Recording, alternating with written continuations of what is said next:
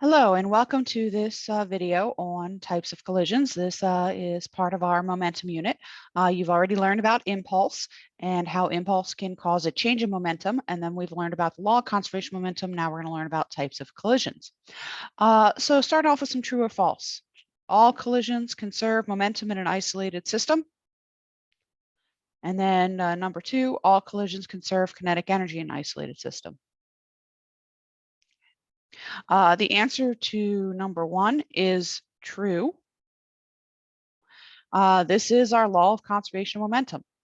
The answer number two is false. Okay. There is a law of conservation of energy, but there's not a law of conservation of kinetic energy. And so when you're dealing with different types of collisions, you want to keep that in mind. All the collisions are going to conserve momentum, but only some will conserve the kinetic energy. So when it comes to types of collisions, there's really only two types that we worry about. There's elastic and inelastic, although you will hear us talk about a completely inelastic as kind of a subset of inelastic, and we'll talk about why that is in a moment. But as we just mentioned, no matter what, your type of collision, yes, it is going to conserve momentum if it is an isolated system. Why does that occur? We already talked about why everything always conserves momentum if it is isolated, and that comes down from that idea of impulse. That the idea of isolation means that the only force that is acting on the objects when they collide is the force of them pushing on each other. So according to Newton's third law, they have the same force for the same amount of time, which gives them the same impulse, which gives them the same change in momentum. And if the objects have the same change in momentum, then your total momentum before and after is the same. Therefore, they conserve momentum. So no matter what your type of collision, it is going to conserve momentum. Now, whether or not a collision will conserve kinetic energy or not depends. You have your elastic collisions that do conserve kinetic energy, and you have your inelastic collisions that do not conserve kinetic energy. Now, you might wonder why some collisions conserve kinetic energy and other ones don't. And that just depends on the materials that are involved. You can think about hitting billiard balls on a pool table. That's probably your most everyday life example that's closest to the elastic collision. The billiard balls are hard. They bounce off of each other, pretty much not with, the only thing they affect is each other's momentum, direction, really. That other than that, you don't really lose any energy. But if you have objects that end up to being deformed or crumpled during a collision, then that crumpling is what dissipates energy, and therefore you're going to have inelastic collision occurring. So things like your car crashes or things like that.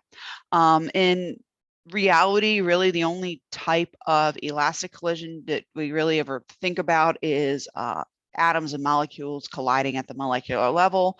You may actually have heard the idea of an elastic collision in your chemistry class when you talk about gas particles colliding, or something called kinetic molecular theory. Maybe you remember that, maybe you don't. It's okay if you don't. But remember, all collisions conserve momentum, only some conserve kinetic energy. If they do, it's called elastic. Otherwise, we call them inelastic. Now, down to characteristics here. The difference really comes down to, do the objects stick together or not? So what I have here is an online simulation that is going to show us the difference in real life between elastic, inelastic, and a completely inelastic collision. You can see I have the program set to these settings, and all I'm going to do is play around with this elasticity slider bar. So we want to keep track of our initial momentum in the system compared to our final. So our initial momentum is negative 0.25 kilogram meters per second. Our kinetic energy is 0.19. We're going to let these guys collide and see what they do when they come out of the collision. Okay, you can see out of the collision that we had a kinetic energy of 0.19, so kinetic energy was conserved. It was the same before and after. And you can see our momentum as well was conserved. These numbers add up to negative 0.25 kilogram meter per second. All right, so we're going to click reset, and we're going to turn the elasticity slider down. 85% is fine. We'll go ahead and let them collide.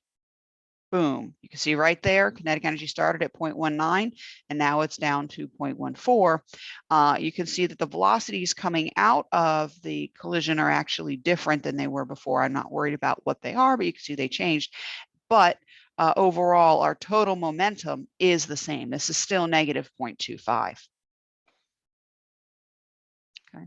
Click reset, and we'll show you one more example. Put it all the way over to the other side and let these collide. You can see now they actually collided and they stuck together, and we have our kinetic energy even more of a loss. It was 0.19 at the beginning. Now it's 0.02. So we lost a lot of kinetic energy, but still have the same momentum as we did before and after total momentum. It's still negative 0.25. So what was going on here? When I had the elasticity slider bar all the way over here, this is a completely elastic collision. You can see kinetic energy conserved, momentum's always conserved, and the object separated. When I move the elasticity slider bar down to 0.85%, we use some of our kinetic energy to kind of interact in the collision. So we have an inelastic collision here because our kinetic energy is different. And then the last one where they stuck together, now this is considered 100% completely inelastic collision. And really the difference between your inelastic and elastic collision is the fact that the objects stuck together. That's what makes something completely inelastic versus just regular inelastic. Just again, a reminder that if you're ever asked for the type of collision, make sure that you look at kinetic energy, not momentum. Remember that momentum is conserved for all collisions in an isolated system. Okay. So let's apply this to problem solving. So we want to determine the speed of the 3 kilogram after the collision. So for that, you always want to use conservation of momentum. And then you want to solve for that velocity. So we're going to take the 3 times, keep track of your vectors, positive 5 plus 7 times negative 5 equals 3 times that final velocity times 7 times 1. And if you work this all through, then we're going to have a velocity of negative 9 meters per second. Okay. Probably should worry about sig figs, but I'm not going to on this video. But when you do your problems, please do worry about sig figs. So we do know that this one is bouncing apart. It's going to be moving to the left at 9 meters per second. All right, to determine the type of collision, that's where you're looking at your kinetic energy. So 1/2 mv squared.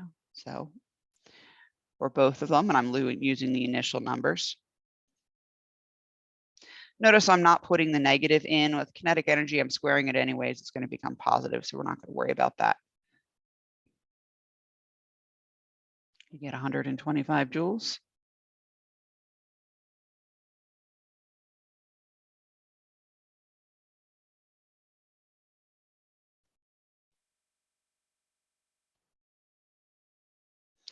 And we get 125 joules. So what type of collision is this? This is an elastic collision. Notice we have to determine this by looking at the kinetic energies, not momentum, and looking at the, can't predict it by what the objects did because the objects separated. And that puts you in, it could be either one.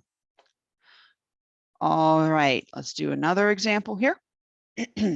Let you pause the video and then work this guy out. When you have it done, resume the video.